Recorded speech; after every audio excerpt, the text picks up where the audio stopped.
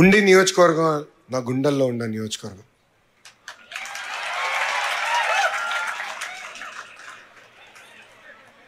రఘురాజ్ గారి గురించి చెప్పలా, ఉండి నియోజకవర్గం గురించి చెప్పా. గురువు గారు నుంచున్నారు.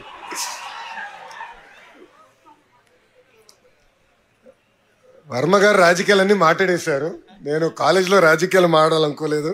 కానీ ఒక్క విషయం చెప్పాల్సింది అనుకుంది ఏంటంటే, తెలుగుదేశం పార్టీ ఆవిర్భావం దగ్గర నుంచి పార్టీకి అండగా నిలబడిన నియోజకవర్గం ఉండి నియోజకవర్గం. ఒక మాటలో చెప్పాలంటే కంచుకోటికి మారు పేరు ఉండి నియోజకవర్గం. 108 ఏళ్ళ చరిత్ర ఉన్న ఉండి జెడ్పీ హై స్కూల్ని రెనోవేట్ చేశారు రఘురామ కృష్ణరాజు గారు. నా చేతులుగా ఆ రెనోవేషన్ని ఓపెన్ చేస్తున్న నిజంగానే నా అదృష్టంగా భావిస్తున్నా. మనసున్న మహారాజు పివిజి రాజు గారు ఈ స్కూల్ని ప్రారంభించారు. విద్యా వ్యవస్థల కోసం అనేక సంస్కరణలు తీసుకొచ్చారు. అసలు ఆంధ్ర రాష్ట్రానికి ఎయిడెడ్ స్కూల్స్ పరిచయం చేసిన వ్యక్తి పివిజి రాజు గారు. సిరిస్ రాజు గారు లాంటి గొప్ప వ్యక్తులు కూడా ఆ స్కూల్లో చదువుతాం జరిగింది. ఇప్పుడు మన ఫైర్ బ్రాండ్ ఆర్ఆర్ఆర్ గురించి కూడా ఒక 2 మాటలు చెప్పాల్సిన అవసరం ఉంది. ఆర్ఆర్ఆర్ అంటే ఏంటో తెలుసా? Real, responsible, rebel. రెబెల్ మర్చిపోకూడదు మనం. రియల్ అనే విషయం, ఎందుకంటే వ్యక్తిగతంగా ఇద్దరం దాదాపు ఒక దశాబ్దం పాటు కలిసి ప్రయాణం చేసాం. కొన్ని సందర్భాల్లో విభేదించాం, ఇదేమో అందరు తెలిసిన విషయమే, విభేదించాం. కానీ ఎప్పుడు మిత్రులుగానే ఉండిపోయాం. ఎప్పుడైతే చంద్రబాబు నాయుడు గారిని అరెస్ట్ చేశారో, నాకు టాప్ మొదటి 10 మందిలో ఫోన్ చేసిన వ్యక్తి ఆర్ఆర్ఆర్ గారు. వేరే పార్టీ అయినా ఫోన్ చేసి జరిగింది కరెక్ట్ కాదు, లేదు మీకు అండగా నిలబడతాం, లీగల్గా నీకు ఏం హెల్ప్ కావాలంటే కూడా గైడ్ చేస్తానన్నారు. నేను ఆనాడు ఢిల్లీకి వెళ్ళి ఉన్నప్పుడు కూడా ప్రతి క్షణం నాతో ఉండేవారు. కోర్టులో ఏం జరుగుతుంది, ఏం చేస్తే బాగుంటుందని నేను గైడ్ కూడా చేశారు. అందుకే అంటున్నా, రియల్ మనసున్న వ్యక్తి ఆర్ఆర్ఆర్ గారు. మనందరం చూసాం, 5 ఏళ్ళు అనేక పోరాటాలు చేశారు. రాజద్రోహం కేసు పెట్టి కొట్టినా కూడా ఆయన పట్టించుకోలేదు. నమ్ముకున్న సిద్ధాంతాల కోసం ఆయన ముందరికెళ్ళారు. మీరందరూ ఆశీర్వదించారు, మంచి మెజారిటీ ఆయన గెలిపించారు. గెలిచిన తర్వాత ఇప్పుడు ఎమ్మెల్యే అయిపోయాను, రిలాక్స్ అవలా.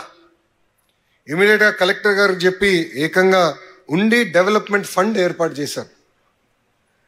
ఆయన స్నేహితులు, శ్రేయోభిలాష అందరితో మాట్లాడి ఆ ఫండ్కి నిధులు తీసుకొచ్చి ఉండి అభివృద్ధి కోసం డబ్బులు ఖర్చు పెడుతున్నారు.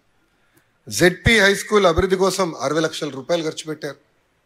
34 ప్రభుత్వ పాఠశాలలు ఉంటే 31 ప్రభుత్వ పాఠశాలలో బిల్డింగ్స్ కానీ, క్లాస్ రూమ్స్ కానీ, డెస్క్స్ కానీ, ప్లే గ్రౌండ్లు అన్నీ కూడా ఏర్పాటు చేశారు ఆర్ఆర్ఆర్ గారు. ఇంకా బీసీ వెల్ఫేర్, సోషల్ వెల్ఫేర్ హాస్టల్లో కూడా వాళ్ళకి కావాల్సిన బెడ్స్ కూడా ఆయన ఏర్పాటు చేశారు.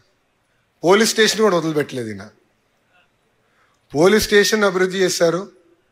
ఏ పోలీసులు అయితే ఆయన కొట్టారో వాళ్ళ కోసం సొంత నిధులతో వాహనాలు కొనిచ్చి ఇచ్చిన వ్యక్తి ఆర్ఆర్ఆర్ గారు. డ్రైన్స్ క్లీనింగ్ కానివ్వండి, పంట కాలువల క్లీనింగ్ కానివ్వండి, సొంత నిధులతో కూడా ఖర్చు పెట్టి అభివృద్ధి చేశారు. సురక్షితమైన తాగునీరు కోసం 34 వాటర్ బెడ్ ఫిల్టర్స్ కూడా ఆయన రిపేర్లు చేయించారు. ఇంకా ఉండి టు జోలపాలెం లింక్ రోడ్ అభివృద్ధి చేసి కార్యక్రమం మొదలుపెట్టారు. దానికి రతన్ టాటా గారి పేరు కూడా ఏర్పాటు చేసిన వ్యక్తి మన ఆర్ఆర్ఆర్ గారు. డయాలసిస్ సెంటర్ కూడా తొందరలోనే ప్రారంభించబోతున్నారు.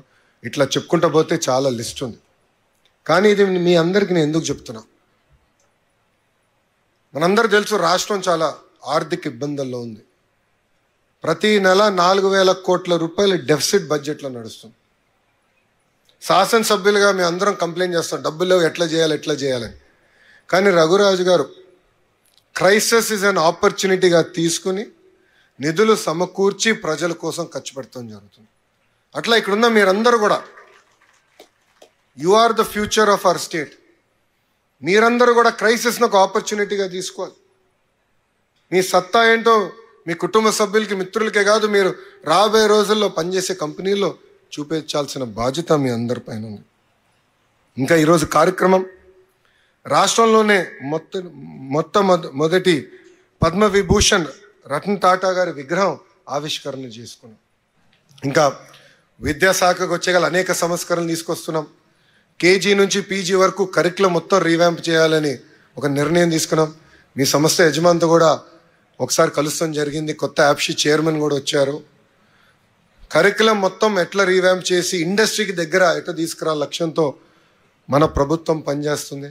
అంతేకాకుండా రాజకీయాల్ని విద్యా వ్యవస్థలు దూరం పెట్టాలని లక్ష్యంగా మేము పనిచేస్తున్నాం. అందుకే మీరు చూస్తే ఏ కార్యక్రమం అయినా కూడా, విద్యాశాఖకు సంబంధించిన ఏ కార్యక్రమం అయినా కూడా ప్రజాప్రతినిధులు ఫోటోలు లేవు, పార్టీలు రంగు లేదు, మాకు ఆ పిచ్చి లేదు. మీరు బాగా చదువుకోవాలి, మీకు మంచి ఉద్యోగాలు కల్పించాలని లక్ష్యంతో మేము అందరం పనిచేస్తున్నాం. ఇంతేకాకుండా పెద్దల పేరుతో అనేక సంక్షేమ కార్యక్రమాలు పెట్టాం. డాక్టర్ సర్వేపల్లి రాధాకృష్ణన్ గారి పేరుతో స్కూల్ కిట్స్ అందజేస్తున్నాం. డొక్కా సీతమ్మ గారి పేరుతో ఈరోజు మధ్యాహ్న భోజనం పథకం అందజేస్తున్నాం. మీరు ఇక్కడ కూడా చూస్తే వేదిక పైన ఉన్న ఫ్లెక్సీలో కూడా ఎక్కడ రాజకీయ నాయకుల ఫోటోలు లేవు. ఆ లక్ష్యంతోనే మన ప్రభుత్వం పనిచేస్తుందని ఈ సభాముఖంగా తెలుపుకుంటూ, చివరిగా నేను పాదయాత్ర చేసినప్పుడు మహిళల్ని కలిశాను. వాళ్ళు ఒక్కటే అనేవారు, మాకు భద్రతగా అనిపించట్లేదు, మాకు మీరు భద్రత కల్పించాలని. ఆనాడు కూడా అనేక మీటింగ్లో చెప్పేవాడు, చట్టాలే కాదు సమాజంలో మార్పు రావాలి. అనేక మీటింగ్లో కూడా నేను చెప్పాను. కొంతమంది కొన్ని పదాలు వాడతారు, చీర కట్టుకునేవా, గాజులు తొడుక్కునేవా అని మగవాళ్ళ వైపు చూసి మాడతారు.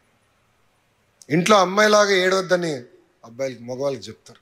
అది సరికాదు. ఆ మార్పు తీసుకొచ్చేదానికే కేజీ నుంచి పీజీ వరకు ఆడ మగ సమానం అనేది అహర్నిశలు మేము నేర్పిస్తాం. నీకు ఉదాహరణ ఇస్తా.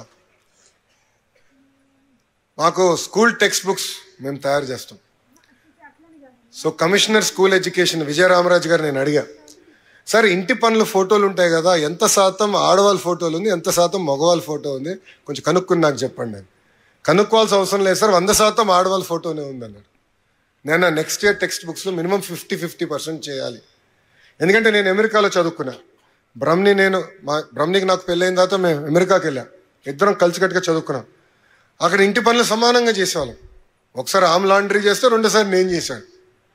సో టెక్స్ట్ బుక్స్లో కూడా ఫోటోల దగ్గర నుంచి ప్రతి విషయంలో కూడా ఆడమగ సమానం అనే లక్ష్యంతో మన ప్రభుత్వం పనిచేస్తుందని ఈ సభాముఖంగా మీ అందరికీ తెలుపుకుంటూ